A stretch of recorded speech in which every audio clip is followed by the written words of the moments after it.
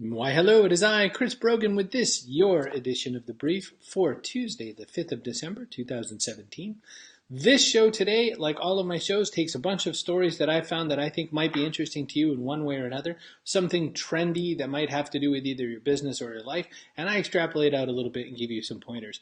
By the way, you never have to follow the stories directly with me. You can always go to chrisbrogan.com/cbm and read and find all the links for yourself. I do this so that you can go and find the stories and read the articles deeper, so that you can take a little glance with me, just a tiny little bite, like a little tapas, but then if you want more, you can go in a little deeper. So my first story isn't exactly about trends, but if you are an Android phone owner, there is a new product called Google's Files Go, which allows you to clean up old apps on your phone and all that kind of stuff. And there's a lot of cool features built into it. So if you're an Android person, just grab a copy of Files Go.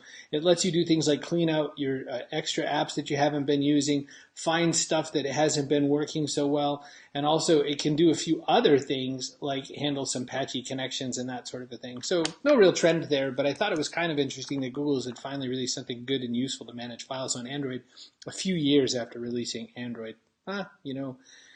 Better late than never. Speaking of things that Google's released, evidently for Google Home, you can now have a browsing of eBay listings by talking to Google Assistant. So you can say, okay, Google, and then you can say, ask eBay to find me a GoPro Hero 6. And then she'll say, what's the deal? And I'll find the options. Do you want me to get it? So it's pretty cool because it's one of the things that Google maybe didn't have that Amazon had with ALEXA was that there's shopping built right in. But now through eBay, I don't know if you know this, but 80% of all eBay products are brand new and first use. So it's not like you're buying a whole bunch of used yard sale-y stuff, which eBay also sells, but you can buy brand new stuff just as easy with your Google Home. And I know a lot of people are thinking about getting a smart speaker for the holidays. It's definitely hard for me to recommend one over the other. I could tell you that in my experience, both work really well. If you are very much looking for mostly shopping and things like that, then Amazon hands down. But if you are looking for something more smarter, you can definitely do some damages with the nice Google Home. So what does Nordstrom have that you don't have? Well, they have built an incredible shopping experience, as you well know. But what you probably didn't know is that they also use a lot of data analysis to make that true.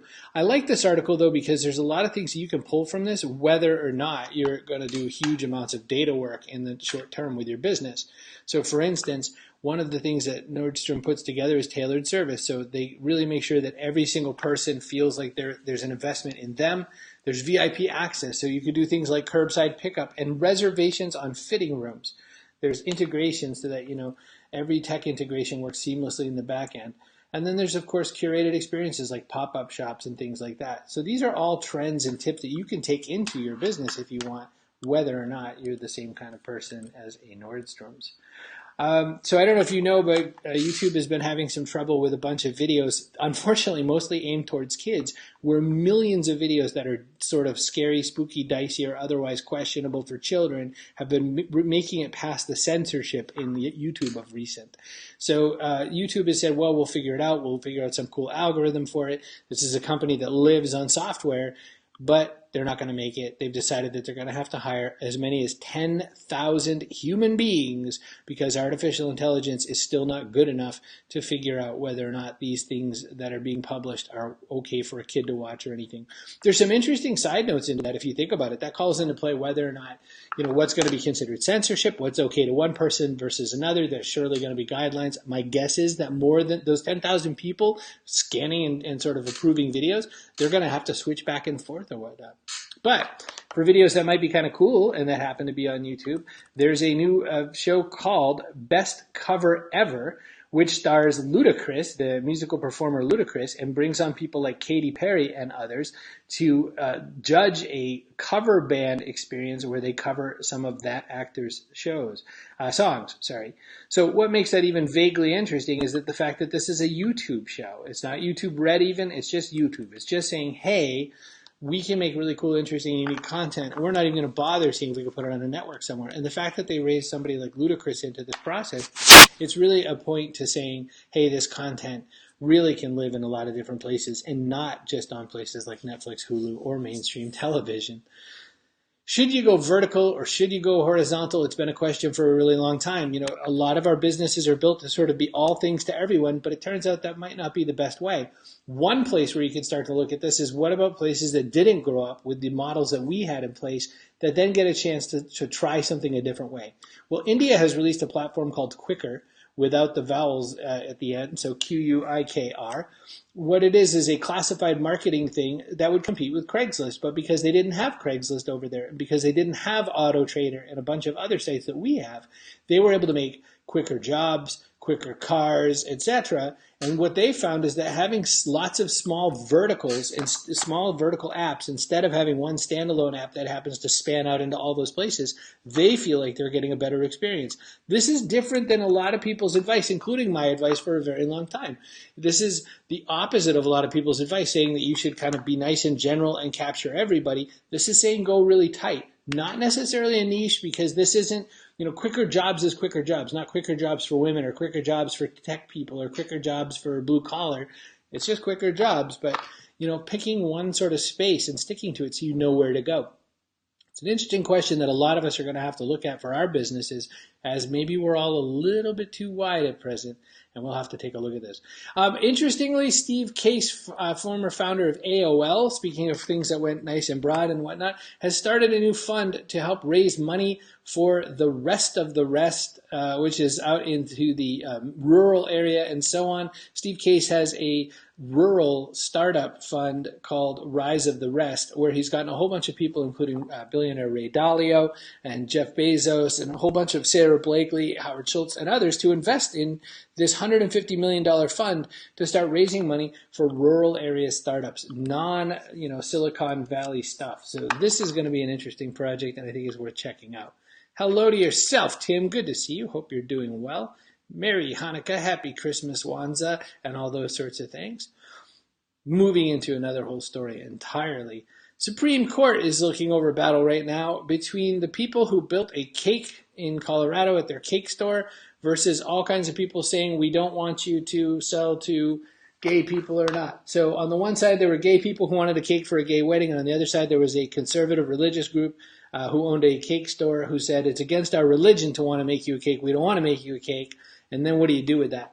What makes this storyline interesting and very worthwhile is paying attention to the concepts of free speech versus human rights. This is how this is getting pushed together on both sides, and the argument is really going all over the place. It's talking about things like the Spanish Inquisition and so on. This case is really important because is this discrimination, or is this something where an entity says, I don't want to cover this particular marketplace or not? I'm a very inclusive person, but that's my choice. Where does this become law and whatnot? This is a big battle to watch, and definitely something that's not getting a lot of front page news, given who the U.S. president is and how the news cycle seems to follow that person's thoughts. But if you're like me and you like to talk about inclusion and all that, I found this from, I think, my friend Carrie shared this on the Facebooks. She was saying that this comic called Dad's Sweet Love Comics promotes empathy, tolerance, and love. All right, son, today I'm going to teach you how to be a real man. You see those girls over there? Go treat them with mad respect. Got it. My work here is done. You're awesome at building. We know. And so on and so on. And there's lots and lots and lots of really cool comics like that. So, these people look different. Well, you know how I feel about different. Hey, why don't you go home?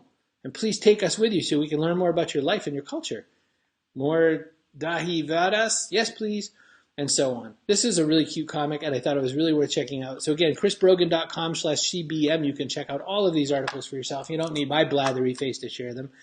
The video game Overwatch points to something I've been talking about for a bunch of months, which is professional esports, really spanning out the way that professional terrestrial sports are. What do you call professional sports when they're not esports? Land sports, I don't know. Instead of baseball, we've got Overwatch and other video games kind of coming into the space. Overwatch League is now launched, and they have team skins for the esports teams and new currency for 2018. It's kind of interesting. I do also have to point out the fact that there is a whole bunch of these teams sprawled out across the U.S. and I'm sure other places as well. But I noticed that there's a team called the Boston Uprising. So being a Boston area guy, you know that I will root for my local Overwatch team, the Boston Uprising. Go Uprising. So there you go.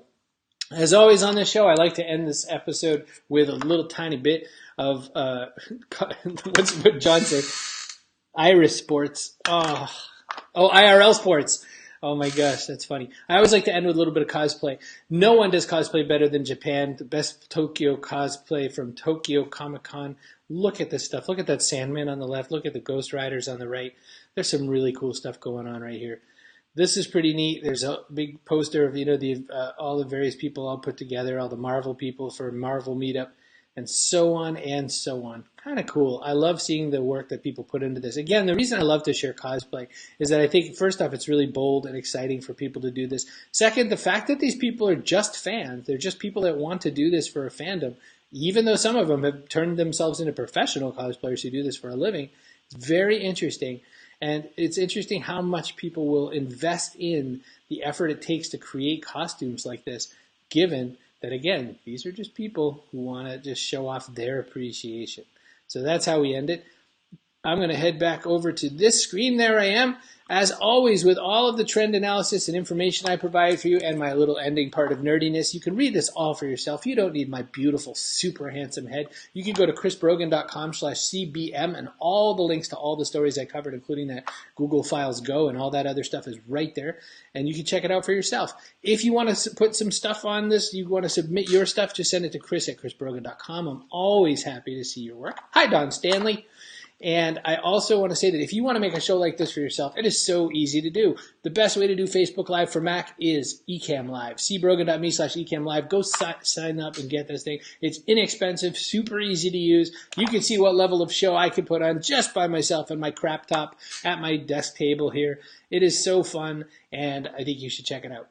All right, good seeing you. Thanks for coming by. Drop me a line anytime, chris@chrisbrogan.com. Always grateful for you. Catch you soon.